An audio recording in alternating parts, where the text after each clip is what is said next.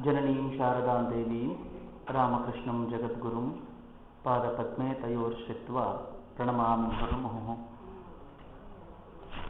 मंच पे विराजमान माताओं को मेरा सादर प्रणाम और यहाँ जो आए हैं उन सब माताओं को भी मेरा सादर प्रणाम। मैं बहुत कम बार हिंदी में बोला हूँ, तो मुझे जब बोला गया कि हिंदी में बोलो, मैंने प्रभुदेव जी से पूछा कि मैं हिंदी में कैसे बात करूँ। बहुत कम बार मैंने हिंदी में बोला है, मुझे बहुत डर था, लेकिन एक विचार मुझे पक्का मालूम था कि जब माताओं के सामने बोलना है तो गलत भी बोलो तो हमारे माताओं क्षमा कर देते हैं, कुछ चिंता की बात नहीं है। तो चलिए, तो मैं अगर हिंदी में कुछ गलती होता है तो मुझे चिंता नहीं है। जब ये लोग हिंदी बोल रहे थे तो मुझे लगा कि मैं अच्छा हिंदी बोलता हूँ। जब आपने मुझे वेदिके पे बुलाया तभी मुझे पता चला, चलो मैं अच्छा बोल सकता हूँ, मैं इन सबके सामने हिंदी में अच्छा बोल सकता हूँ। तो आजकल ये फैशन हो गया है कि अगर आप बोलते हैं तो इंग्लिश में बोलो। प्रॉब्लम यह है इस देश की, जब हिंदी इंग्लिश में बोलते हो तो बहुत लोगों को हम रीच नहीं कर सकते। इंग्लिश इस देश में अभी भी क्लास लैंग्वेज है, लेकिन मास लैंग्वेज है वो हिंदी ही है। हिंदी जब राष्ट्रभाषा हुई तब देश में बहुत हल्ला मचा। विशेषकर तमिलनाडु में जब बहुत हल्ला मची तो सब लोगों ने बोला हिंदी राष्ट्रभाषा कैसे हो सकती है, तमिल राष्ट्रभाषा हो सकती है, हिंदी नहीं। तब गुरुजी वहां पहुंचे, गुरुजी का कार्यक्रम था, आप गुरुजी को जानते ही होंगे, गुरुजी गोडवलकर। वो वहां भाषण करते हुए उन्होंने बोला हिंदी राष्ट्रभाषा, ये किसने बोला? भारत की सब भाषा राष्ट्रभाषा ही है, हिंदी संपर्क भाषा है। इस देश में सबको अगर एक ही बार हमको रीच करना है तो हिंदी बोलना चाहिए, ये हिंदी संपर्क भाषा है और राष्ट्रभाषा तो सभी भाषा है। इस देश में जिस भाषा ने जन्म लिया है वो भाषा राष्ट्रभाषा ही है। संस्कृत राष्ट्रभाषा है, कन्नड़ राष्ट्रभाषा है, मलयालम राष्ट्रभाषा है, तमिल राष्ट्रभाषा है। तो चलिए हम संपर्क भाषा में हमारे जो विचार है, विचार को हम लोग विचार मंथन कर सकते हैं। आज मुझे जो विचार दिया गया है वो है भारतीय संस्कृति और इतिहास। बहुत आश्चर्यजनक विचार है। जब मैं कॉलेज में जाके पूछता हूं किसी लड़कों से कि आपको कौन सी सब्जेक्ट बहुत मुश्किल है और बोरिंग है, तो सब लोग बोलते हैं हिस्ट्री बहुत बोरिंग है। हिस्ट्री क्यों बोरिंग है? हम लोगों में बहुत लोगों ने पढ़ा है, बहुत लोगों ने बीए किया होगा, बहुत लोगों ने बीएससी किया होगा, तो वैसे भी हम सेकेंड पीयूसी पार करके ही आए। जब भी सेकेंड पीयूसी तक हमको बहुत बोरिंग सब्जेक्ट था वो हिस्ट्री ही था, क्योंकि हमें हिस्ट्री में सिर्फ ये बताया गया है ईस्वी को, ईयर को याद रखो, कौन सा ईयर है, कौन सा ईयर में क्या हुआ, इसको याद रखो। याद रखने का काम बहुत मुश्किल है इस देश में, तो हम लोगों ने भूलना चालू किया। लेकिन आपको एक बात मैं बोलूं, हिस्ट्री सिर्फ ईयर्स नहीं होता है, हिस्ट्री एक संस्कृति होता है। हिस्ट्री इस देश की परंपरा होती है, हिस्ट्री इस देश की संकल्प होती है। जिसके ऊपर हमको एक नया राष्ट्र खड़ा करना है वो हिस्ट्री के ऊपर ही खड़ा करना है, इतिहास के ऊपर खड़ा करना है। जो इतिहास भूलता है वो इतिहास नहीं रचा सकता, ये इस देश में कहा गया। और हमने इतिहास इतना भूला है, हम इतिहास इतना भूल चुके हैं, अगर किसी को जाके पूछो भारत क्या है तो बोल नहीं सकता। मैं बहुत कॉलेजों को जाके कॉलेज लड़कों से बहुत बात किया है मैंने आज तक मेरे इस 8 साल में, मैं जो प्रचारक हैसियत से, जैसे प्रचारक लोग हैं वैसे मैं कॉलेज में जाता हूं, स्कूल में जाता हूं, लड़कों से बात करता हूं, तो उन लड़कों से मैं पूछता हूं जब भारत क्या है, भारत के बारे में कुछ बात कर सकते हो? तो वो लड़के आके भारत के बारे में ऐसे बात करते हैं कि भारत ये है जहां करंट की प्रॉब्लम बहुत है। और देखो, करंट की बात लिया, करंट आया, और जब करंट की बात नहीं करते तो करंट चला जाता है। भारत यह है जहां नल में पानी से ज्यादा हवा आता है। भारत यह है जहां अब कुछ अच्छा नहीं मिलता है और सब कुछ बुरा ही मिलता है, यह भारत है। और मैं जब पूछता हूं भारत की अच्छाई के बारे में कुछ बोलो, इस देश के लड़के कुछ बात नहीं कर पाते, क्योंकि हमने 60 साल उनको यह बोला है कि भारत बुराई का देश है। आप अमेरिका के बारे में बात करते हैं तो अमेरिका में बोलते हैं अमेरिका के लोग अच्छे नहीं हैं, अमेरिका के लोग बहुत भोगवादी है, अमेरिका में ये अच्छा नहीं है, वो अच्छा नहीं, लेकिन अमेरिका अच्छा है। ऐसे ही एक बार एक माओ का सम्मेलन हुआ था, तो मैंने पूछा हम सब लोग हिंदू हैं, हम लोग पुनर्जन्म को मानते हैं। पुनर्जन्म ये कहता है कि इस जन्म में हमने थोड़ा अच्छा काम किया तो आने वाले जन्म हमको बहुत अच्छा मिलेगा, इस जन्म में हमने बुराई किया तो आने वाले जन्म में बुराई ही होगा। तो मैंने पूछा अगर हम लोग इस जन्म में बहुत अच्छा काम करते हैं तो अगले जन्म में हम कौन से राष्ट्र में पैदा होंगे? तो एक माँ ने फटाक से हाथ उठाया और बोला अगले जन्म में हम तो अमेरिका में जन्म लेंगे। हमको अमेरिका के बारे में इतना बोला गया है और भारत के बारे में इतना कम बोला गया है, तो हम सोचते हैं कि भारत से अमेरिका बहुत अच्छा है। तो छोटे क्यों ऐसा होता है? जब मैं बहुत 8वीं कक्षा में पढ़ रहा था, बहुत छोटा था मैं, तब मेरे टीचर ने मुझे आके बोला भारत एक ऐसा राष्ट्र है जिसमें ताकत नहीं था, जिसमें सामर्थ्य नहीं था, इसलिए लोग आते गए, लोग लूटते गए। आप सोचो भारत में कितने लोगों ने अटैक किया।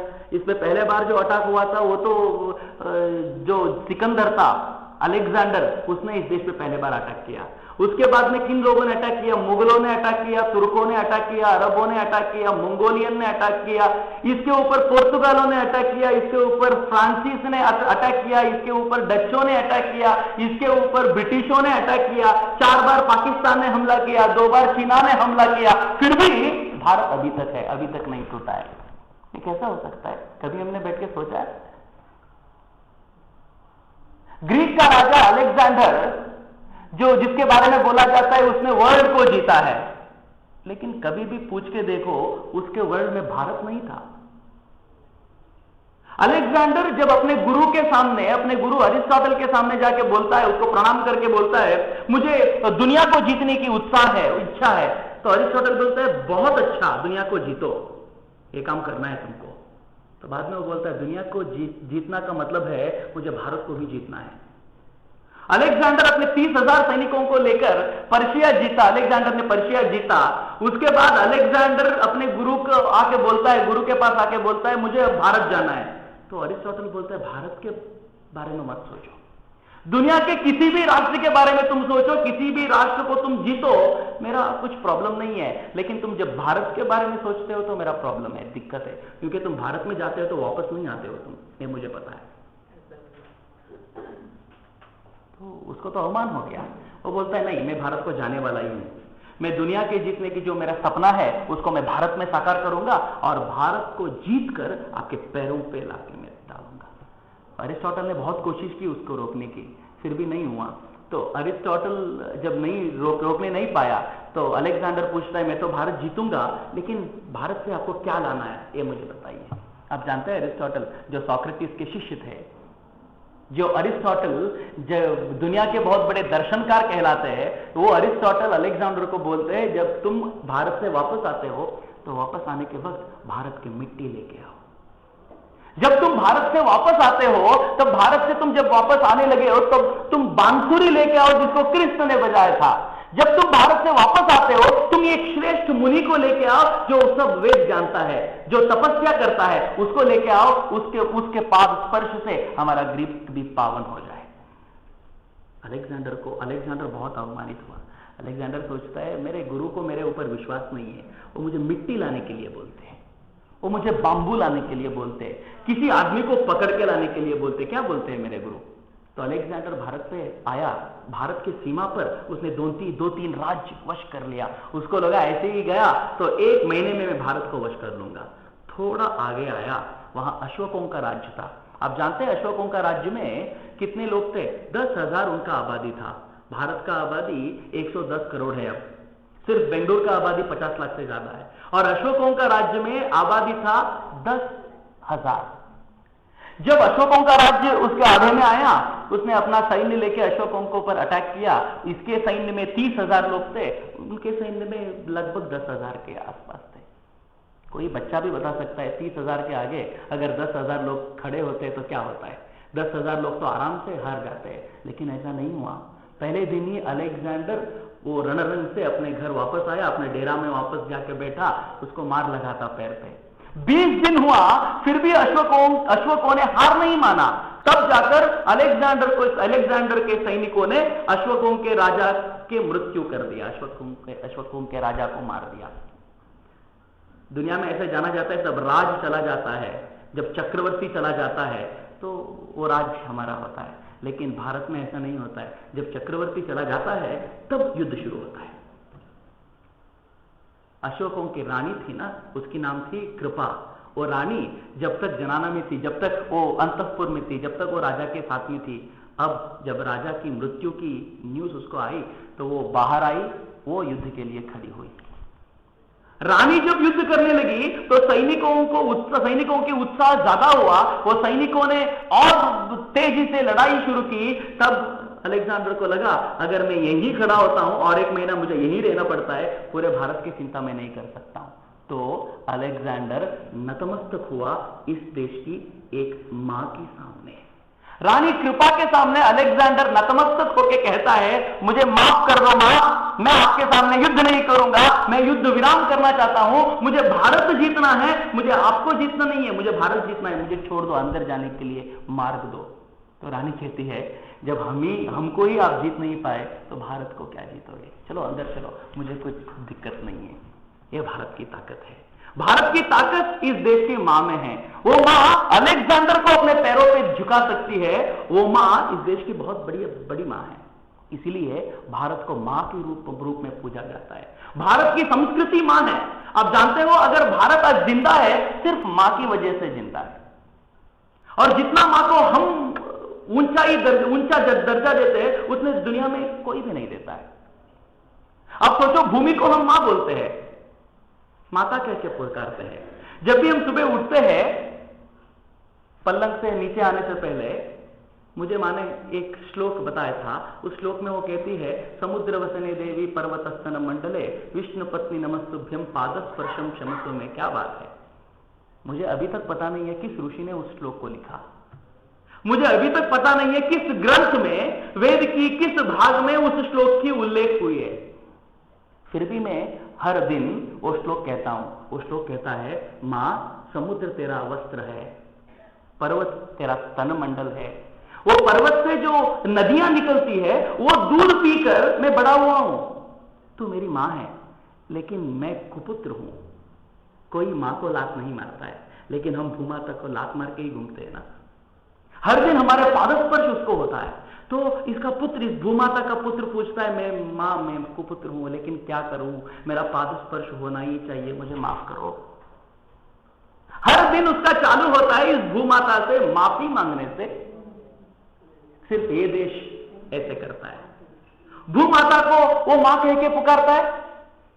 इसकी वजह से क्या होता है, जब वो युवा होता है, कबड्डी खेलने के लिए जाता है, तो कबड्डी के आंगन में वो रहता है, तो वो आगे वाले टीम में जाना चाहता है, तो वो सेंटर लाइन को प्रणाम करता है। वो माटी के लेके अपने माथे पे, मिट्टी को लेके अपने माथे में लगाता है, माथे पे लगा के आगे टीम पे जाता है। आप कभी भी कबड्डी के रूल्स बुक देखें तो उसमें नहीं लिखा है कि आपको सेंटर लाइन को प्रणाम करना चाहिए, उस मिट्टी को लगाना चाहिए, बाद में आपको जाना चाहिए, ऐसे कहीं नहीं लिखा है। फिर भी इस देश के युवक ऐसा करता है, क्योंकि उसके लिए भू माता है।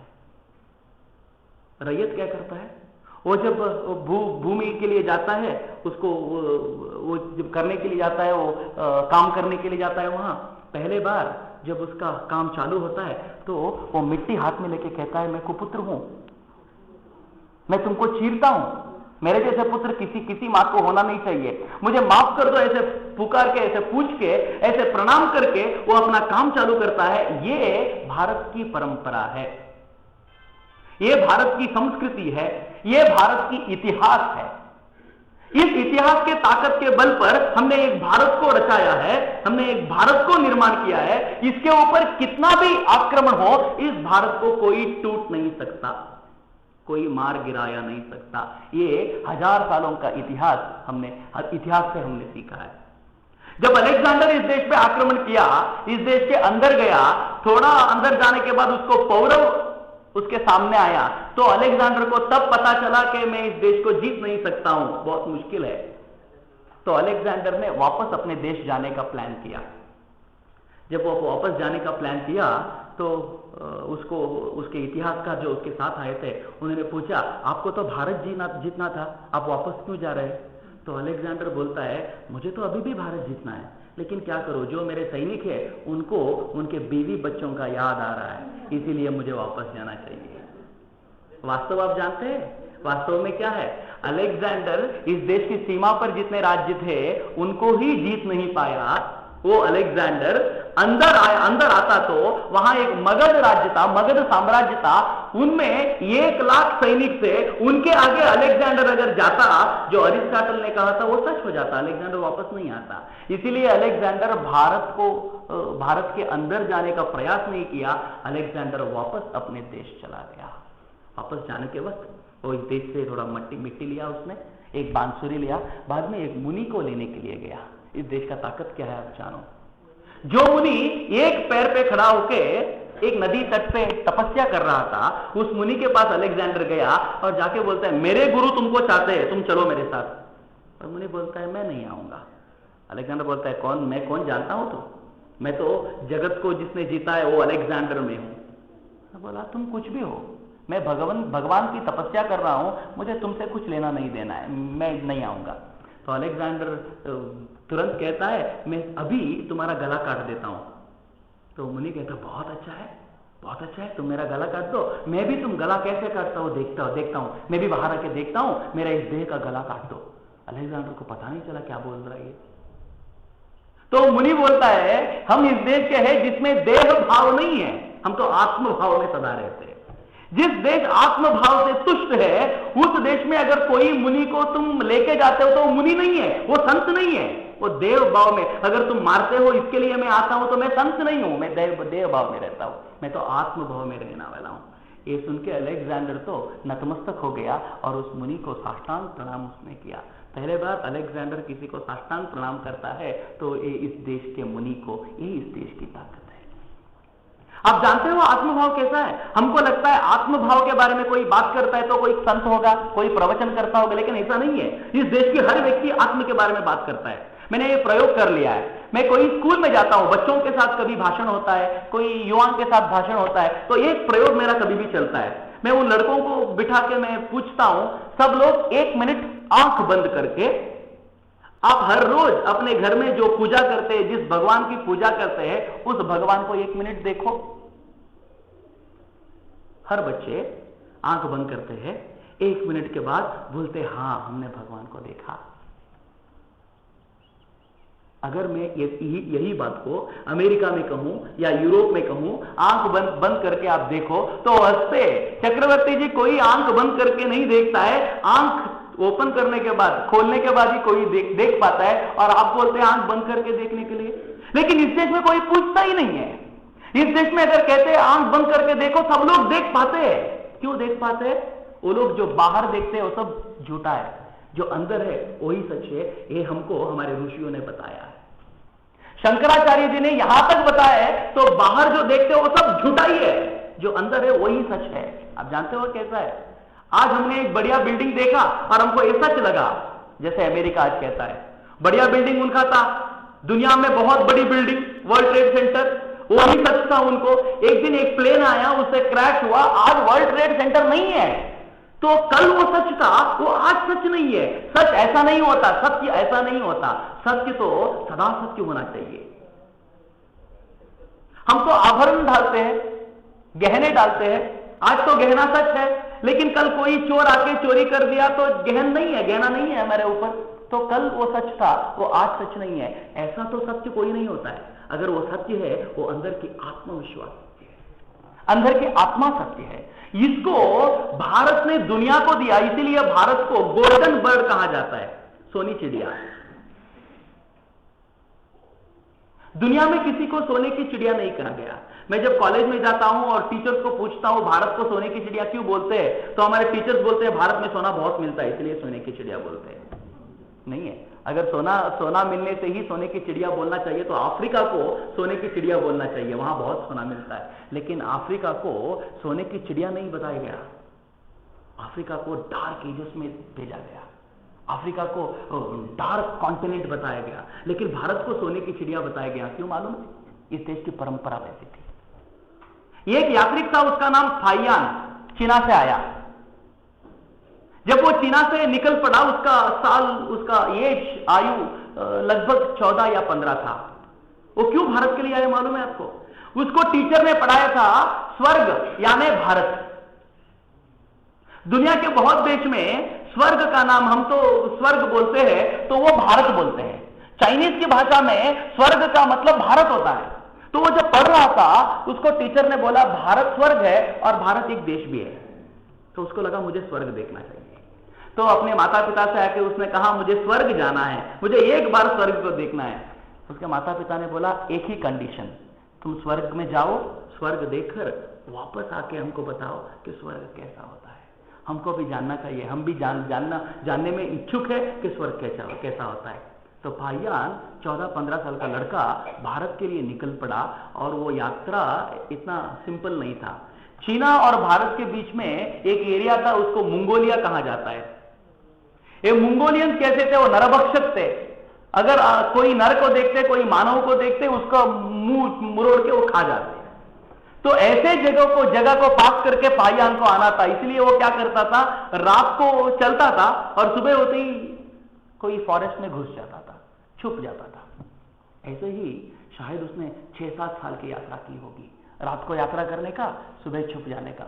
ऐसे करने के बाद एक दिन वो सुबह छुपने जाता था, तो उतने में ही एक 3-4 घर से माएँ बाहर आई। उन्होंने रंगोली, भू अलंकरण करने शुरू किया, रंगोली डालना शुरू किया। उसको लगा ये तो अजब है, मैंने कहीं नहीं देखा, ये तो डिफरेंट लग रहा है, शायद यही स्वर्ग हो सकता है, चलो मैं एक बार ट्राई कर लेता हूं। आप जानते हो ट्राई करने का मतलब क्या है? जान देने का। अगर वो भारत नहीं निकला और मंगोलिया निकला तो उसका जान चली जाएगी। फिर भी उसने एक ट्राई किया, चलो ये तो डिफरेंट लग रहा है, चलो मैं इनसे जाके बात करता हूं। वो घर आया, घर आके पूछा, माँ मुझे बहुत तकलीफ हो रही है, कुछ पीने के लिए पानी मिलेगा? उसको इसकी भाषा समझ में नहीं आया, लेकिन इसको देखने से उसको पता चला कि वो बहुत संकष्ट में है। तो अंदर जाके एक लोटा भर के पानी लाने की जगह दूध लेके आई। ये बोलते मुझे दूध नहीं चाहिए, मुझे पानी ही चाहिए। इसको डर था कहीं दूध में विष डाल के मुझे मार के बाद में पति आने के बाद खाने की चिंता नहीं हो इनका। तो इसने बोला मुझे पानी ही चाहिए। वो अंदर गई, अंदर जाके वो नींबू की शरबत लेके आई। तो बोलता नहीं मुझे पानी ही चाहिए। तब वो माँ बोलती है, क्या तुम मुझे अवमानित करने के लिए यहाँ आए हो? इस देश में किसी को पानी देने का प्रथा ही नहीं है। इस देश में इतना नदियां बहती है, इतना कुआं है, तुम जहां भी जाओ माएँ वहां रहती है, तुम उनसे पूछो, वो पानी दे देती है तुमको। घर में आके तुम पानी ही पूछ के मुझे अवमानित कर रहे हो, ऐसा मत करो। इसको सुनते ही उसको पता चल गया कि मैं भारत में हूं। यह भारत की परंपरा है, यह भारत की संस्कृति है, यह भारत की इतिहास है। इसमें ताकत इतना है कि फाहियान भारत में आया और वापस जाने की सोचा ही नहीं उसने। घूमता ही रहा। उसको इतना खुशी हुआ, वो एक एक पन्ना जब भारत के बारे में लिखता है आंसू आता है। ऐसा था मेरा भारत, ऐसा था मेरा भारत। तो वो सिर्फ वापस इसलिए गया कि उसको माता पिता को बताना था कि भारत कैसा है, स्वर्ग क्या होता है। वापस जाके अपने देश में भारत के प्रचार उसने शुरू किया। ये भारत की ताकत है। इस देश की ताकत क्या है? इस देश में एक विश्वविद्यालय था नालंदा, उसमें 98 देशों से लड़के आके यहां पढ़ते थे। नालंदा विश्वविद्यालय में पढ़ते थे, यूनिवर्सिटी में पढ़ते थे। आज भी हमारा यूनिवर्सिटी बहुत है, बहुत बड़ी बड़ी यूनिवर्सिटी है। उस यूनिवर्सिटी के बाहर हम पियोन को खड़ा करते हैं, उस यूनिवर्सिटी के बाहर हम सिक्योरिटी गार्ड्स को खड़ा करते हैं। लेकिन नालंदा यूनिवर्सिटी के बाहर जो खड़े होते थे उनको सिक्योरिटी गार्ड नहीं कहा जाता था, उनको द्वार पंडित कहा जाता था। ये पंडित ऐसे होते, जब कोई अंदर आना चाहता तो उस पंडित के प्रश्नों को उत्तर देने के बाद ही उसको एंट्री मिलता।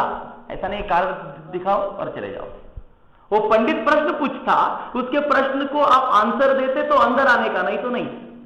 ह्यूएन सांग तो चीना का बहुत बड़ा यात्रिक है, तो ह्यूएन सांग उस द्वार पंडित के प्रश्नों को उत्तर दे नहीं पाया और उसको एंट्री नहीं दिया गया। तब हर्षवर्धन ने ह्यूएन सांग के बारे में थोड़ा बता के इन्फ्लुएंस करके ह्यूएन सांग को अंदर छुड़वाना पड़ा। यह भारत की ताकत है। लेकिन क्या हुआ, इस देश में जब आक्रमण शुरू हुई, ब्रिटिश लोग जब इस देश में आए, ब्रिटिश लोगों ने इस देश को, अंग्रेजों ने इस देश को पूरी तरह से अध्ययन किया। अध्ययन करने के बाद वो बताता है, एक है उसका नाम मैकाले, हम तो लॉर्ड मैकाले बोलते हैं, लॉर्ड का मतलब भगवान। वो भगवान अंग्रेजों को हो सकता है लेकिन हमको नहीं है। हम अभी तक हमारे पाठ्य पुस्तकों में लॉर्ड मैकाले बोलते हैं। मैकाले ने जितना अत्याचार इस देश का किया उस तरह किसी और ने नहीं किया। मैकाले इस देश में आया, इस देश को पूरा घूमा और 1836 में वो एक बात बताता है, आप भी उसको मान नहीं पाते। वो बताता है, इस देश में मैंने एक चोर को नहीं देखा, इस देश में मैंने एक अज्ञानी को नहीं देखा, इस देश में मैंने एक झूठ बोलते व्यक्ति को नहीं देखा, इस देश में मैंने एक भिखारी को नहीं देखा। जब मैं इसको पढ़ रहा था, मैं सोच रहा था कि मैकाले भी कुछ झूठ बोल रहा है, क्योंकि मैं बेंगलुरु वाला है ना। बेंगलुरु में मोबाइल एक पास रखो, मोबाइल एक जगह रखो और चले जाओ। बेंगलुरु सिर्फ बेंगलुरु में नहीं है, केरला में भी सिटी में जाओ तो ऐसे होता है, तमिलनाडु में सिटी में जाओ तो ऐसे होता है। तो एक जगह मोबाइल रखो और इस तरफ देखो तो मोबाइल गायब, तुम एक तरफ बैग रखो, इस तरफ देखो तो मोबाइल गायब। लेकिन इस देश में ऐसा नहीं है। उत्तर कर्नाटक, जो कर्नाटक के एक भाग है, वहां आप कोई गांव में जाते हो तो गांव में आज भी लोग इतने विशाल हृदय वाले हैं जो घर को ताला ही नहीं डालते। जब कोई स्वामी जी उनके गांव में पाद यात्रा करते हैं, एक मेरे दोस्त मैसूर से गए थे, वो स्वामी जी के पाद यात्रा में भाग लेने चाहते थे, तो वो स्वामी जी के पाद यात्रा में भाग लिया। रात को सोना था तो कोई आके बोला, आप बाहर से आए तो मेरे घर में सोइए। तो बहुत खुशी हुआ, अच्छा मैं आपके घर में सोता हूं। उनको उसने घर दिखाया और वो चला गया। जो घर का मालिक था वो घर में आया ही नहीं, वो चला गया।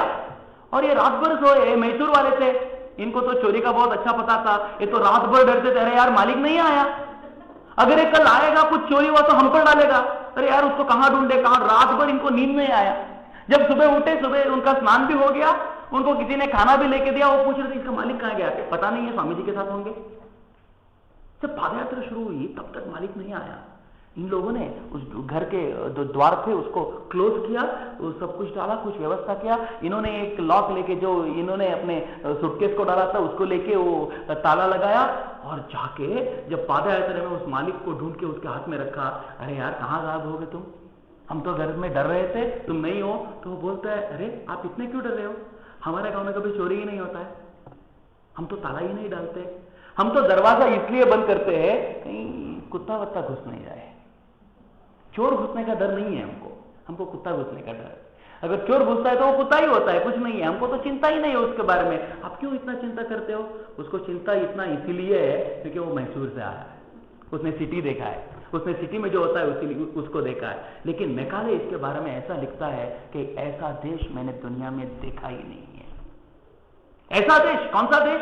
धर्मपाल जी जो नागपुर में रहते हैं, वो जब गांधीवादी थे, वो 1800 सदी के 18th सेंचुरी के बारे में जब वो लिखते हैं तो इतना खुशी होता है। वो बोलते हैं दुनिया में बहुत बेस्ट ग्रेडेड स्टील भारत में तैयार होता था, और इस स्टील को तैयार करते थे एक फॉरेस्ट में रहने वाले लोग। वो क्या करते थे, वो तो कॉलेज में नहीं गए, वो तो कभी इंजीनियरिंग नहीं किया उन्होंने, वो तो फॉरेस्ट में रहते थे, अंदर जाके फॉरेस्ट में थोड़ा पत्थर लेके आते थे, घर में उनका एक फर्नेस था, उस फर्नेस में डालते थे, जड़ी बूटियां उसमें डालते थे, और थोड़ा देर के बाद वो नल खोलते थे तो स्टील आता था।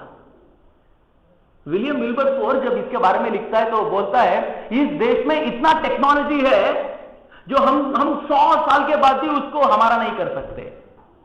तो उसने क्या किया, उसने एक कानून पास किया। आप तो बीजेपी वाले हो, आप तो राजकीय में रहने वाले हो, आप तो पॉलिटिक्स में रहने वाले हो। उसने एक कानून पारित किया, उस कानून का नाम था इंडियन फॉरेस्ट एक्ट। ये इंडियन फॉरेस्ट एक्ट ये बताता है कि जो भी फॉरेस्ट में रहने वाला है वो फॉरेस्ट में नहीं रहने का, उसको बाहर लेके आने का, और जो भी फॉरेस्ट के अंदर कुछ भी है उसको छूने का नहीं, सिर्फ ऐसे ही रहने का। तो सिर्फ ये एक ही एक्ट से पूरे फॉरेस्ट में जो रहते थे उनको बाहर निकाला गया, और जो स्टील इस देश में प्रोड्यूस होता था उसको बंद करवा दिया गया। यूरोप वाले जब भारत में आए तो उनके पास क्या था, हमको तो देने के लिए बहुत था। हमने उनको सांबार पदार्थ दिया, हमने उनको कपड़ा दिया, हमने उनको कॉटन दिया, हमने उनको स्टील दिया, हमने उनको पैसा दिया, हमने उनको सब कुछ दिया। यूरोप वाले के पास क्या था हमको देने के लिए? यहां से कॉटन लेके गए और वहां से कपड़ा बना के वो लोग आए, तो वो कपड़ा यहां नहीं बिका। क्यों नहीं बिका? यहां उससे बढ़िया कपड़ा बनता था, एक मसलिन कपड़ा बनता था। एक मसलिन कपड़ा कैसा था, एक पूरा साड़ी पैक करने से एक मैच बॉक्स में आ जाता। तो उनको लगा कि हमारा व्यापार बंद हो जाएगा, तो क्या करने का, जब ब्रिटिश लोगों का सत्ता आया तो उन्होंने पहला ये काम किया, जो मसलिन बनाते हैं उन माओं का अंगूठा उन्होंने काट कर फेंक दिया। ऐसे 2000 माँ हैं, उनका अंगूठा उन्होंने काट कर फेंक दिया, सिर्फ अंगूठे से वो ऐसी कपड़ा बनाते थी, और आज तक ऐसा कपड़ा बनाने के लिए दुनिया से साध्य नहीं हुआ। दुनिया आज तक उस कपड़े के पीछे है, इन लोगों ने कैसे बनाया। सिर्फ इस देश की माओं के अंगूठा ऐसा कपड़ा बनाता था। ये तो दुनिया की बहुत बड़ी अजूबा है, ये तो हमको जाना चाहिए। लेकिन ब्रिटेन वाले यहां आके इन सबको पढ़ाई करके उन्होंने बोला इस देश का ताकत एक ही है, ये परंपरा जानते हैं। ये उनके परंपरा के बारे में बहुत बोलते हैं। कैसे बोलते हैं? जब घर में कोई बच्चा होता है तो हम उसका नाम राम रखते हैं, कोई रावण नहीं रखता है। राम क्यों रखते हैं? राम रखने से हमको लगता है कि वो राम जैसा हो, राम रखने से हमको लगता है ये बड़ा शक्तिमान हो, लेकिन रावण कोई नहीं रखता है। ये परंपरा हम जो लिंक करते हैं, इसको टूटना चाहिए। इसको जब ये टूट जाएगा तो भारत पर हम राज कर सकते हैं। ये ब्रिटिशों का, ये अंग्रेजों का अंदाज था, और ऐसा ही हुआ। उन्होंने एक स्कूल शुरू किया, उसको इंग्लिश एजुकेशन हम बोलते हैं। जब से इंग्लिश एजुकेशन इस देश में शुरू हुआ, तब से इस देश का नाश होना चालू हुआ। 1836 में पहला इंग्लिश स्कूल उसने बंगाल में शुरू किया। उसके तुरंत बाद 3 साल बाद मैकाले अपने पिता को एक पत्र लिखता है। उस पत्र में बोलते हैं, मैंने इस देश में ऐसा स्कूल शुरू किया है। इस स्कूल में जाने के बाद लड़के ऐसे होते हैं, देखने में भारतीय लगते हैं, देखने में इंडियन लगते हैं, लेकिन उनका सोच यूरोपियन रहता है, उनके विचार यूरोपियन रहता है, उनके वेश यूरोपियन रहता है, उनके भाषा यूरोपियन रहता है। ऐसे मैं इंडियन दिखने वालों ब्रिटिशों को भारत में तैयार करता हूं, ये मेरा संकल्प है। ऐसे उसने 1839 में अपने पिता को पत्र में लिखा, और आज अगर बाहर जाके हम देखते हैं तो ये सच निकलता है। जैसे कोई कह रहा था हमको आज मोबाइल रखने का एक फैशन है। मेरे एक मित्र थे, जब भी वो भाषण चालू करते थे एक बात बोलते थे। पहले ऐसे होता था, वो बोर्ड लिखा रहता था, कोई बात करता है तो उसको कान पकड़ के हम बाहर डालते हैं। तो आज ऐसा होता है, कोई शोर होता है तो अपने अपने कान पकड़ के वही चला जाता है। रिंगटोन बजता है, वो अपना कान पकड़ता है, वो चला जाता है। फैशन है। हमारे ड्रेस के ऊपर हमको चिंता नहीं है, हम तो फॉलो करने के लिए अनुकरणा में व्यस्त हो गए। हमको भाषा के ऊपर चिंता नहीं है। इंग्लिश बात करने का एक स्टेटस हो गया, हमको यही स्टेटस मानते हैं। लेकिन भाषा के ऊपर अगर आप ध्यान देते हैं तो हमारी भाषा इतना ताकतवर है, वो तमिल हो, तेलुगु हो, मलयालम हो, कन्नड़ हो, संस्कृत हो, हिंदी हो, इतना ताकतवर है, वो इंग्लिश से 100% बेटर है। कैसा है? अब देखो, क ख ग घ ङ जब बोलते हैं, सब लैंग्वेज में है, तो क ख ग घ ङ वो यहां से शुरू होता है। बहुत साइंटिफिक है, बहुत सोचो। च छ ज झ ञ होता है, तो च छ ज झ ञ वो यहां से शुरू होता है। ट ट ड ढ न जब होता है, वो आपका जीभ ऐसा टर्न होता है और उसके बाद आता है त त द ध न, थोड़ा आगे आके प प ब भ म, ये दोनों लिप्स जब टच होता है तो होता है। जो लिप्स टच नहीं कर पाता वो कभी प प ब भ म नहीं बोल सकता। इंग्लिश में ऐसा है क्या? इंग्लिश साइंटिफिक लैंग्वेज नहीं है, लेकिन हमारी भाषा साइंटिफिक लैंग्वेज है। जब हम अम्मा बोलते हैं, सब लैंग्वेज में अम्मा बोलते हैं हम लोग, अ नाभि से शुरू होता है, म यहां एंड होता है, तो नाभि से हमारे लिप्स तक सब कुछ मिलाकर एक मां बनती है। ये भारत की ताकत है, कोई लैंग्वेज में नहीं है। और हम लोग तो इंग्लिश के पीछे ऐसे भागते हैं कि हम ही यूरोपियन है, हम ही अमेरिकन है। देखो कैसे उन्होंने मोल्ड किया। भारत के इतिहास के बारे में कुछ पूछो, किसी को नहीं पता होता है। इस देश में मैंने एक बार जनवरी 12 को मैं तुमकुर के पास एक पावगढ़ एक गांव है, वहां गया था। उस कॉलेज में भाषण था, तो प्रिंसिपल ने आके मुझे बताया, आज विवेकानंद जी के ऊपर आप बोलने जा रहे हैं, आपसे पहले यहां का एक रैंक स्टूडेंट लड़का बोलेगा। मैं बहुत अच्छा है, कोई एक कॉलेज का लड़का विवेकानंद के बारे में बोलता है तो वो सुनने में बहुत मजा आता है। उससे ज्यादा मैं बताने से ज्यादा वही बताया। तो वो 10 मिनट बोलने के लिए आया, उसने शुरू किया, विवेकानंद जी का व्यक्तित्व ऐसा है कि उनके बारे में हम कुछ नहीं बता सकते। और उसने पूरे 10 मिनट यूटिलाइज किया, और पूरे 10 मिनट में उसने बताया कि कॉलेज में ऐसा है, मेरे टीचर्स वैसे है, सब कुछ बताया, लेकिन फिर भी उसने विवेकानंद जी के बारे में कुछ नहीं बताया। मुझे अनुमान हुआ, मैंने उसको बुलाया, मैंने उसको पूछा, सच बोलो, विवेकानंद जी के बारे में कुछ क्या जानते हो? उसने बोला, सर मैं सच बोलता हूँ। वो बहुत प्रामाणिक लड़का था। उसने बोला, सर मैं सच बोलता हूँ, मैं विवेकानंद जी के बारे में कुछ नहीं जानता हूँ। 98% वाला लड़का है, रैंक स्टूडेंट है। उसने बोला मैं सिर्फ मैंने 2 फोटो देखा है, एक में वो खड़े रहते हैं, एक में बैठ के ध्यान करते रहते हैं, सिर्फ 2 फोटो देखे, उनका नाम सुना और कुछ नहीं जाना है। ये एक लड़का जो इस देश के रैंक स्टूडेंट है और वो विवेकानंद जी के बारे में नहीं जानता है और अपने हीरो कह के किसी को पुकारता रहता है। हमने कैसे पीढ़ी तैयार किया है? आप कॉलेज में जाके पूछो, आप अपने बच्चों को जाके पूछो अपने हीरो कौन है, फेवरेट हीरो कौन है, वो बताएगा मेरे फेवरेट हीरो शाहरुख खान है, मेरे फेवरेट हीरो सलमान खान है, मेरे फेवरेट हीरो XYZ सब कुछ है, लेकिन कभी विवेकानंद जी का नाम नहीं लेते। मैंने एक कॉलेज में, एक हाई स्कूल में पूछा था 7वीं लड़की को, उसको पूछा तुम्हें शाहरुख खान क्यों अच्छा लगता है? उस लड़के ने जवाब दिया, शाहरुख खान 10 माड़ी से नीचे जंप करता है, फिर भी उसका पैंट भी नहीं फटता है, मुझे बहुत खुशी होती है, मुझे बहुत अच्छा लगता है। मैं बोला ये हीरो है। अब जानते हो हीरो के मतलब क्या है? हीरो का मतलब वो है जो देश के लिए अपने जान भी देता है, और हीरो का मतलब है जो जान देने की वक्त आता है तो पीछे नहीं रहता है, आगे रहता है, वो हीरो होता है। तो मैंने पूछा इस देश में तमिल, मलयालम, तेलुगु, ओडिया, मराठी ऐसे सब कुछ मिला के कुल मिला के 400 से ज्यादा हीरो है। इन लोगों के पास हम मशीन गन देके अगर कारगिल के बॉर्डर में जाके रखते हैं तो 24 घंटे में, अगर ये सच में हीरो है तो 24 घंटे में प्रॉब्लम सॉल्व होना चाहिए पाकिस्तान का। हो सकता है क्या? तो लड़के बोलते नहीं हो सकता है। तो कौन हीरो है? जो अपने जान देता है वो हीरो होता है, लेकिन जिसने जान दिया है उसके बारे में इस देश में चर्चा ही नहीं हुआ है ना। एक झांसी की रानी थी जिसके बारे में इस देश में बहुत चर्चा होनी थी, लेकिन चर्चा ही नहीं हुआ। उसने जब जान दिया इस देश के लिए, उसकी आयु थी 21 वर्ष, 21 ईयर 7 मंथ। झांसी की रानी लक्ष्मीबाई की आयु, जब वो इस देश के लिए अपने जान दी, तब उसकी आयु सिर्फ 21 ईयर्स था।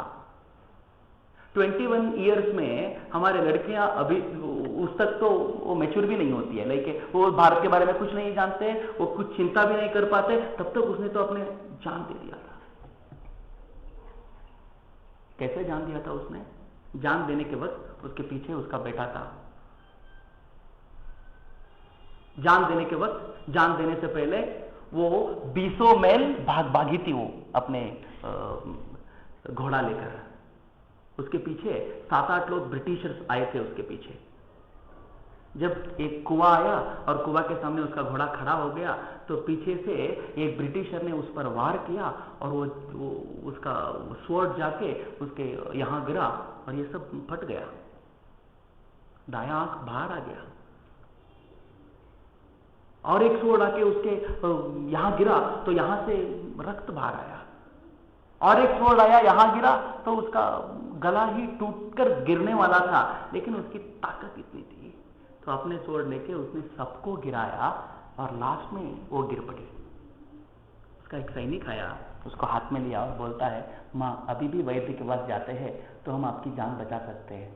वो बोलती है नहीं, मेरे जान अब चलेगी, लेकिन मेरा आखिरी इच्छा एक ही है, जब मेरे जान चलता है तो मेरा अंत्य संस्कार जो ब्रिटिश के वश में है उस भूमि में मत करना, जो स्वतंत्र भूमि है उस भूमि में करना, तभी मेरा आत्मा को शांति मिलेगा। ऐसे कह के वो सैनिक के हाथ में प्राण देती है ना, ये भारत की परंपरा है, ये भारत की उज्ज्वल इतिहास है। लेकिन कहां है? लेकिन किस कॉलेज में इसके बारे में चर्चा होता है? जो लड़का 8 साल का लड़का, एक स्वामी जी ने उसको बताया चलो हम ब्रिटिशर के साथ लड़ाई लड़े। 8 साल का लड़का था, सब बड़े लोग चले गए, ये भी चला गया। ब्रिटिशर लोगों ने उनको पकड़ा, 50 लोगों को फांसी के सजा सुनाया गया। 49 लोगों को होने के बाद लास्ट में ये 8 साल का लड़का था, वो DC केवन ऑफिसर था, वो फांसी दे रहा था, उसकी बीवी बागी में थी। उसने बोला लड़का तो बहुत छोटा है, इसको भी फांसी देंगे आप? फिर बोलता नहीं, इसको कैसे फांसी देने का, मुझे भी लगता है कि इसको छोड़ दे, लेकिन ऐसे ही छोड़ नहीं सकते, कुछ करना पड़ेगा। तो उस लड़के को उसने सामने बुलाया और उस लड़के को वो कहता है सिर्फ तुम्हें मैं छोड़ता हूं, फांसी नहीं दिया जाएगा, लेकिन एक ही काम तुमको करना है कि तुमको तुम्हारे गुरु को गाली देना है। जिसने तुमको कहा है वो ठीक नहीं है, तुम बहुत अच्छे लड़के हो, गुरु ठीक नहीं है, उसने तुमको ब्रिटिशर्स के आगे सामने लाके खड़ाया और तुम ब्रिटिशर्स को गाली देने लगे, इसलिए तुम अब एक काम करो, अपने गुरु को गाली दो, मैं तुम्हें छोड़ दूंगा। उन गुरु के नाम थे राम सिंह कूका। तो ये लड़का कांपने लगा, उसके आंख सब लाल लाल हो गया, वो सीधे जाके डीसी केवन जो व्यक्ति था उसके कंधे पर बैठ गया, उसको बहुत, उसका दाढ़ी जो था उसको काट कर उसने पकड़ लिया, खींचने लगा और बोलता है गुरु को गाली देने का मतलब नरक में जाना है। तुम मुझे यहां जान दे के, यहां फांसी से बचा के नरक में भेजना चाहता है। मेरे गुरु ने कहा है जहां जहां गोरे लोग मिले वहां वहां उनको काट दो, मुझे अब तुम हाथ में मिले हो, मैं तुमको नहीं छोड़ूंगा। ऐसे करके वो 8 साल वाला लड़का उस डीसी केवन के दाढ़ी ऐसे खींचने लगा, ऐसे खींचने लगा, जितना भी देह में रक्त था वो सब मुंह के पास आने लगा डीसी केवन को। पत्नी आके उस लड़के का हाथ खींच रही है तो डीसी केवन गाली देता है, मत खींचो, अगर तुम हाथ खींचते हो तो मेरा दाढ़ी आ सकता है, लेकिन वो लड़का नहीं छोड़ेगा। उसका हाथ उतना घट से पकड़ लिया उसने। तो क्या हुआ, 4 सैनिक लोगों को उसने बुलाया, बुला के कहता है इनसे मुझे छुटकारा दे दो। तो उन सैनिकों ने जो अपने स्वॉर्ड था उसको लेकर उस लड़के का दोनों हाथ को काट दिया, उस लड़के को नीचे लाके डाला। और तब डीसी केवन बोलते अब इसको फांसी डालो। तो बोलते अभी भी फांसी में डालोगे, मुझे फिरंगी तोप में लगा के उड़ाना चाहिए। जब मैं उड़ाऊं, जब आप उड़ाते हैं तो मेरा मांस का जो भी टुकड़ा होता है वो सब जहां जहां गिरेगा वहां से इस देश को बचाने के लिए हीरोज आएंगे, इस देश को बचाने के लिए लड़के आएंगे, और मुझे फांसी दिया तो मेरा अवमान होगा। ऐसे करके वो प्राण देता है। उस लड़के के बारे में चिंता ही नहीं होता है ना। ये इस देश की दौर्भाग्य की बात है। जिन लोगों ने इस देश को निर्माण किया, जिन लोगों के वजह से हम लोग आज यहां बैठ सकते हैं, हम लोगों का ये सब स्टेटस है, उन लोगों के बारे में चर्चा ही नहीं है ना। जो मदन लाल धिंगरा है वो मेरा फेवरेट हीरो है, जो जब लंदन में था तो सावरकर के भाषण सुनने के लिए आया था। वो इतना शौकी वाला था, इतना शौकी लाल था वो, उसको स्नो लगा के, पाउडर लगा के पेटा बांधने के लिए मिनिमम 1.5 घंटा चाहिए था उसको। तो ऐसा वो लड़का था वो लंदन इसलिए गया था कि लंदन के वाइट जो लड़के, गोरे लड़कियां जो होते हैं उनके साथ घूम सकता है। भारत में उसका जो क्या है संपत्ति है वो भोग नहीं सकता है, वो इसीलिए लंदन गया था। लेकिन सावरकर का भाषण सुनने के बाद उसके अंदर जो ज्वलंत था, वो जीवंत अग्नि था, स्वातंत्र्य अग्नि था, वो ज्वाला होकर ज्वलने लगी। वो सावरकर जी को उसने बोला मुझे कुछ काम दो, कितना देर तक भाषण करेंगे आप। तो सब लोग जो बैठे थे वो हंस पड़े उस पर। तुमको मिरर के आगे खड़े होने के लिए तुमको टाइम नहीं मिलता है और तुम काम कब करोगे। वो लड़का तो पंजाबी था, उसने बोला मेरे अंदर जो मेरा रक्त जो खोल रहा है उसको आप जान नहीं पाते हो, मैं दिखाता हूं ऐसे करके। वो वहां यहां देखा, उसको एक नेल मिला, उसने सबके आगे वो आके खड़ा होके वो बोलता है अब देखो मेरा रक्त कैसा खोलता है, मैं दिखाता हूँ। ऐसे करके वो उसने सबके आगे हाथ दिया और वो नेल था उसको चुभाने लगा हाथ में। वो नेल यहाँ से यहाँ तक आया, वो नेल के नीचे के हिस्से से वो रक्त टप टप होके गिरने लगा। सब लोग ऐसे ही देख रहे थे। तो ये बोलता है देखा मेरा रक्त कैसा है, अभी भी मेरे में वो सामर्थ्य है, मैं ब्रिटिशों के आगे खड़ा हो सकता हूँ, इस देश के लिए कुछ काम कर सकता हूँ। तो सावरकर जी आए, उसके हाथ से वो नेल निकाला, थोड़ा मलम लगाया, उसको भेज दिया। वो समझते थे कि 4 दिन वो नहीं आएगा, लेकिन दूसरे दिन ही मदन लाल धिंगरा आके खड़ा हो गया और बोलता है सावरकर जी आपने कुछ काम ही नहीं दिया मुझे, आपने मलम लगाया और घर को भेज दिया। मैंने पूछा था कुछ काम देने के लिए, आप कुछ काम दिए नहीं और ऐसे ही भेजा है। तो सावरकर ने बोला नहीं, आपको तुम्हारे लिए मैंने एक काम तैयार करके रखा है। एक आदमी है उसका नाम करजन वाइली, जितने दिन तक वो भारत में था भारत की क्रांतिकारियों को बहुत तकलीफ दे रहा था, उनको काला पानी भेज रहा था। अब लंदन आया है, लंदन आके वो यहां प्लान ऐसा बना रहा है कि वहां के क्रांतिकारियों को कैसे काला पानी भेजना। अब हमको ये काम करना है कि लंदन में उसकी हत्या करना है। ऐसा हत्या कर को दुनिया को बताना है, ऐसे हत्या करके हमको दुनिया के लिए बताना है जो भी भारत में अत्याचार करता है वो दुनिया में किसी भी कोने में रहे उसका हम हत्या करते हैं। बहुत खुशी हो गया, उसने बोला आप कहते हैं तो करजन वाइली के बाप को भी आपके सामने मैं खड़ा कर देता हूं। जब तक उसको पिस्तूल क्या है मालूम नहीं है, उसमें गोली कैसे डालते हैं मालूम नहीं था उसको। तो वो लंदन में 3 महीने का क्रैश कोर्स ज्वाइन किया, गोली मारने का क्रैश कोर्स ज्वाइन किया। अंतिम हंत जब आया 3 महीने के बाद, जब करजन वाइली का एक कार्यक्रम था, वो कार्यक्रम देखा और उस दिन भी उसने नया गॉगल्स खरीदा, नया पेटा खरीदा और अच्छे तरह से अपना ड्रेस किया और कार्यक्रम में लास्ट सीट में जाकर बैठा। करजन वाइली अंदर आया तो वही खड़ा होकर बोलता है, मैं इसलिए आया हूं कि मैं आपको सावरकर के बारे में कुछ बताऊं। तो उसने बोला, कुछ बताना है तो जोर से मत बोलो, कान में बोलो। यहाँ मदन लाल धिंगरा तब जाकर उसको बहुत गुस्सा हुई, अरे अगर वो इतना नजदीक मिलता था तो मैं 3 महीने कोर्स ज्वाइन नहीं करता था, पिस्तौल लेता डायरेक्ट आके इसके मारता। मैंने सोचा कि वो 100 मीटर दूर होगा और मुझे मारना पड़ेगा, इसीलिए कोर्स ज्वाइन किया था। अब देखो इतना नजदीक मिल रहा है। वो नजदीक आया, नजदीक आके करजन वाइली को सावरकर के बारे में बताने का नाटक करते करते अपने जेब से पिस्तौल निकाला। 29 साल का लड़का, 29 ईयर्स ओल्ड, अपने जेब से पिस्तौल निकाला और पिस्तौल में जो गोलियां थी उसको करजन वाइली के दैत के देह वो था, उसको मार दिया। धाड़ धाड़ धाड़ धाड़ करजन वाइली के देह धराशायी हो गए। पुलिस लोग भाग के आए, लेकिन इसको पकड़ने का ताकत उनमें नहीं था क्योंकि इसके हाथ में पिस्तौल था। इसने पिस्तौल फेंका और बोलता है, पकड़ो, मैं भागने नहीं आया हूं, मैं जान देने के लिए आया हूं देश के लिए। इसका जान लेने का मुझे मेरा काम था, वो काम कर लिया, अब जल्दी जान देने का काम है, मैं जान देने के लिए तैयार हूं।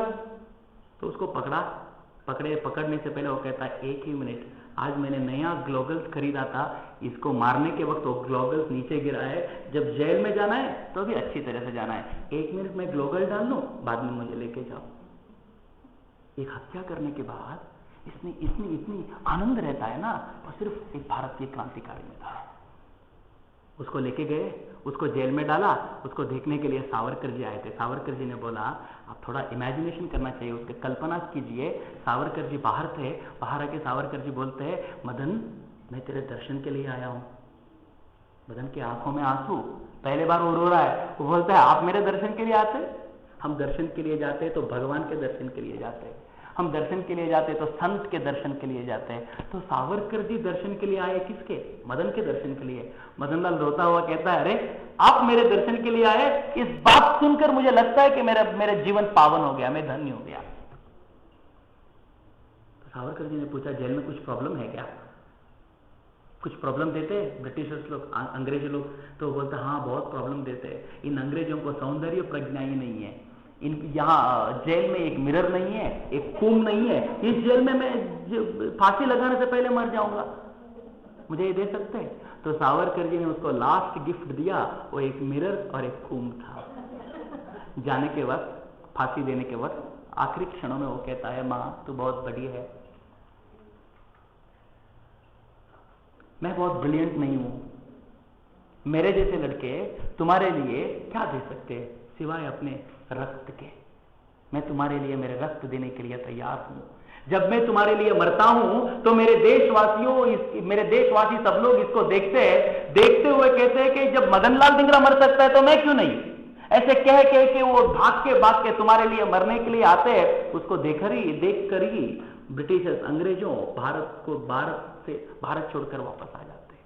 ऐसे कहते हुए वो फांसी पर लटक गया और मदन लाल धिंगरा का याद भी हमें नहीं है ना।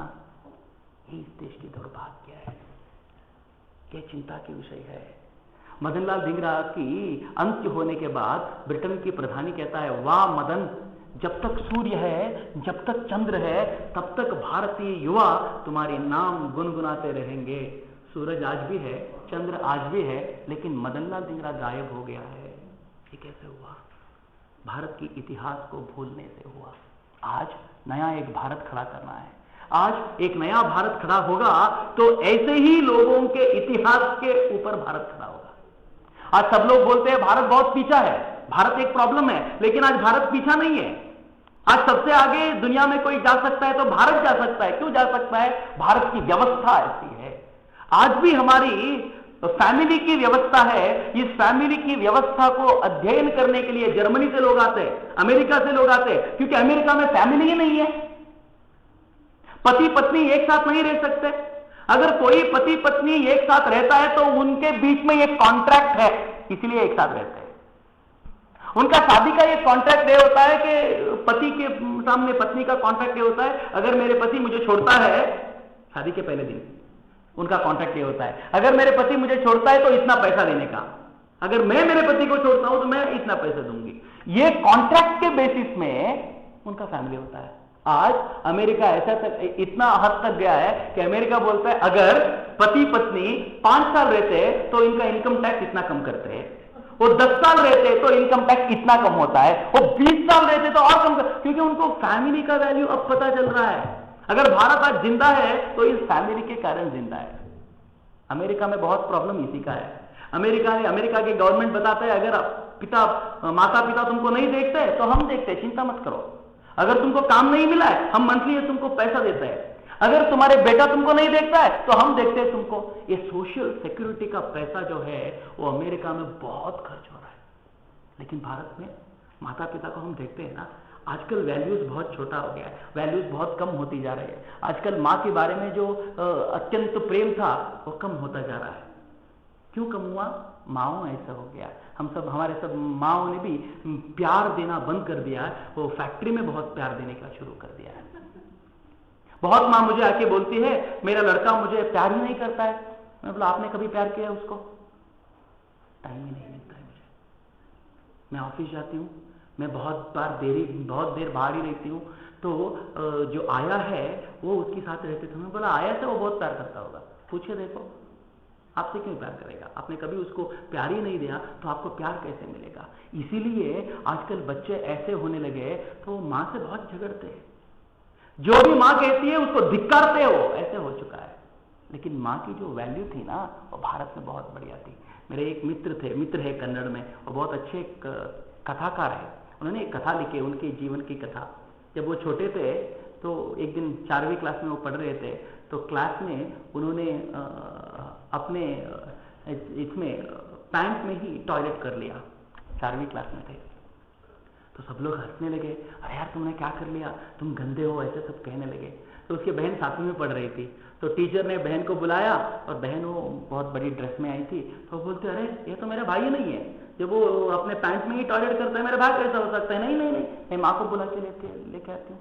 तो भाग के गई और माँ को लेके आई, तो माँ देखती है, माँ देख के कहती है अरे बेटा क्यों डरते हो, मैं हूं ना, मैं क्लीन कर दूंगी। माँ जाके एक बाल्टी भर के पानी लेके आई, वहाँ सब कुछ क्लीन कर दिया। क्लीन करने के बाद उसको घर लेके आई, नया कपड़ा डाला और उसमें इतना आत्मविश्वास भरा, चिंता मत करो डेली ऐसा नहीं होगा, एक दिन मिस्टेक हो गया, तुम कल से ठीक से सब कुछ व्यवस्था करके जाना, कुछ चिंता नहीं है। इतना विश्वास भर के स्कूल तक आके सब बच्चों को कहा तुम मेरे बच्चे को कुछ मत कहना, वो आज से ठीक रहेगा, ऐसे कह के उसको पढ़ाया। आज वो सॉफ्टवेयर इंजीनियर है बेंगलोर में। वो बड़ा हो गया, उसका शादी भी हो गया, उसका भी एक छोटा सा बच्चा 4 साल का। वो माँ को लेके बेंगलोर में लेके आके माँ को बेंगलोर में अपने रूम में रखा था, अपने घर में रखा था। माँ को साल एज हो गया, तो क्या हुआ, माँ ने एक बार अपने साड़ी में गंदा कर लिया, तो पता नहीं था। उन्होंने वॉशिंग मशीन में सब कुछ डाला और इसके कोट जो था, जो 4,500 रुपए का कोट, उसमें माँ ने जो भी गंदा किया था वो सब लग गया था। तो उसने अपने बेटे को मारा, तुम चड्डी में, तुम अपने पैंट में गलीज करते हो और मेरा कोट गंदा हो गया। तो वो बोलता है मैंने गलीज नहीं किया, मैंने गंदा नहीं किया, मेरी नानी है ना तुम्हारी माँ, उसने गंदा किया। तो वो जाके माँ को गाली देने लगा, क्या माँ अभी भी तुम सुधरी नहीं, तुम ऐसे ही करते हो, क्या हो गया, ये देखो मेरे कपड़े का क्या हो गया, तुम ऐसे ही करते हो, ऐसे गाली दिया और ऑफिस चला गया। दूसरे दिन जब वो आया तो उसकी पत्नी बोलती है आज तुम्हारी माँ ने साड़ी खुद धोया, मुझे धोने के लिए नहीं दिया। उसको डर है कहीं वो साड़ी गंदा नहीं कर पाती, गंदा नहीं कर लेती, ये डर बहुत है। इसको इतना लगा, इतना दुख हुआ। जब मैं 4वीं कक्षा में पढ़ता था, मेरा सब कुछ वो क्लीन कर रही थी और मेरा 4,000 का कोट खराब हो गया। आज मैं बोलता हूँ मेरे माँ ठीक नहीं है। तो तुरंत ऑफिस गया, ऑफिस जाके ऑफिस से एक लेटर लेके आया कि मैं यूके 4 महीने के लिए जाता हूँ, यूनाइटेड किंगडम जाता हूँ। तो माँ को आके बोला मैं यूनाइटेड किंगडम जा रहा हूँ। माँ बोलती नहीं, मेरा जाने का वक्त आ गया, अब तुम मत जाओ। तो इसको जो मन में खा रही थी ना, जो गिल्ट फीलिंग था ना, वो बोला नहीं मैं जा रहा हूँ, ये 4 महीने के बाद वापस आऊँगा। वो गया, 1 महीने में उसको एक टेलीग्राम आया, उस टेलीग्राम में लिखा था माँ चल बसी। वो दौड़ता आया, आके जो जहाँ माँ बैठती थी वहाँ सब घूमने लगा। तो अपनी बीवी से पूछता है माँ कहाँ गई, उसकी देहांत कहाँ हुआ? तो बोलती है माँ टॉयलेट में मर गई। तुम्हारे जाने के बाद माँ कभी भी बिस्तर पे सोती थी और उसको एक डर लगता था, कहीं मैं सारी गंदा नहीं कर डालूं, कहीं ऐसा नहीं हो जाए, वैसा नहीं हो जाए। वो बच्चे को भी आगे नहीं आने देती थी। वो बोलती थी मैं बहुत गंदी हूँ, मेरे आगे मत आओ, मेरे आगे मत आओ, ऐसे कहती थी। मैंने बहुत कहने की कोशिश की लेकिन वो मानी नहीं। अंत में एक दिन वो टॉयलेट में बहुत टाइम निकालती थी। जब उसको कंट्रोल नहीं होता था तो दिन के बहुत टाइम टॉयलेट में ही निकालती थी। लास्ट में एक दिन जब वो खड़े होने की ट्राई कर रही थी तब वहाँ उसको हार्ट अटैक हुआ और वहीं मर गई। तो वो बोलता है उस कहानी में, उसका लाइफ का स्टोरी है, वो बोलता है मैं आज भी उस टॉयलेट में जो माँ की हाथ की जो निशान है उसको वैसे ही रखा है मैंने, और मैं देखता रहता हूँ मैं कितना बुरा लड़का हूँ। माँ ऐसी होती है, माँ को ऐसे होना चाहिए, माँ को इतना प्यार देना चाहिए, इतना प्यार दो कि पूरी दुनिया उसकी हो जाए। भारत ऐसी माँ है, हमको सब कुछ दिया उसने, हमको पानी दिया, हमको वायु दिया, हमको खेत दिया, हमको इतना बढ़िया लाइफ दिया, लेकिन हम माँ के लिए क्या कर रहे हैं? कुछ करना चाहिए ना। जब हम अपनी माँ के लिए कुछ नहीं कर सकते तो भारत माँ के लिए क्या कर सकते? कुछ करना चाहिए। यही इस पूरे अभ्यास वर्ग का एक चिंतन है। आज राजकीय से लोगों को, आज पॉलिटिक्स से लोगों को विश्वास उठ जा रहा है। पॉलिटिक्स से कुछ नहीं होगा ऐसे समझ में आ रहा है, लेकिन पॉलिटिक्स बेस से भी हम अच्छे कर सकते हैं, ये सिर्फ हम दिखा सकते हैं। सिर्फ हम पे विश्वास है। अगर विश्वास थोड़ा भी बचा है तो हम पे बचा है। ये लोग कुछ कर सकते हैं, ये लोग कुछ बोल सकते हैं, तो हमको ये विश्वास खोना नहीं चाहिए, कुछ अच्छा कर दिखाना चाहिए। ऐसा अच्छा कर दिखाए जो 2020, जो अब्दुल कलाम जी का एक विश्वास है 2020 में भारत जगत गुरु बनेगा, उस जगत गुरु के पथ पर हमको भारत को लेके खड़ा करना चाहिए। मुझे विश्वास है कि आप सब जो यहाँ है, आप सब ऐसे काम करने के लिए उत्सुक होंगे और ऐसे ही काम करेंगे। ऐसे काम करते करते इस भारत को जगत गुरु करने का मौका हमें सब मिले। मुझे एक आशा है, भारत जब जगत गुरु होगा तो हम सबको जिंदा रहना चाहिए। ऐसा नहीं है मेरा पुत्र करेगा या मेरा पौत्र करेगा, मेरा और छोटा बच्चे करेंगे, ऐसा नहीं है। मुझे ही करना है और मुझे देखना है। ऐसे अगर विश्वास हमें रहे तो हम एक अच्छा राष्ट्र बना सकते हैं। भारत ऐसा जगत गुरु हो और आप सबका एक सब लोग आप मिलकर काम करते हैं तो भारत जगत गुरु जरूर बनेगा। आप सबको भगवान ऐसा शक्ति दे, इतना मैं भगवान से प्रार्थना करता हुआ मेरा व्याख्यान यही खत्म करता हूँ। आप सबको मेरा धन्यवाद। वंदे मातरम। जय हिंद।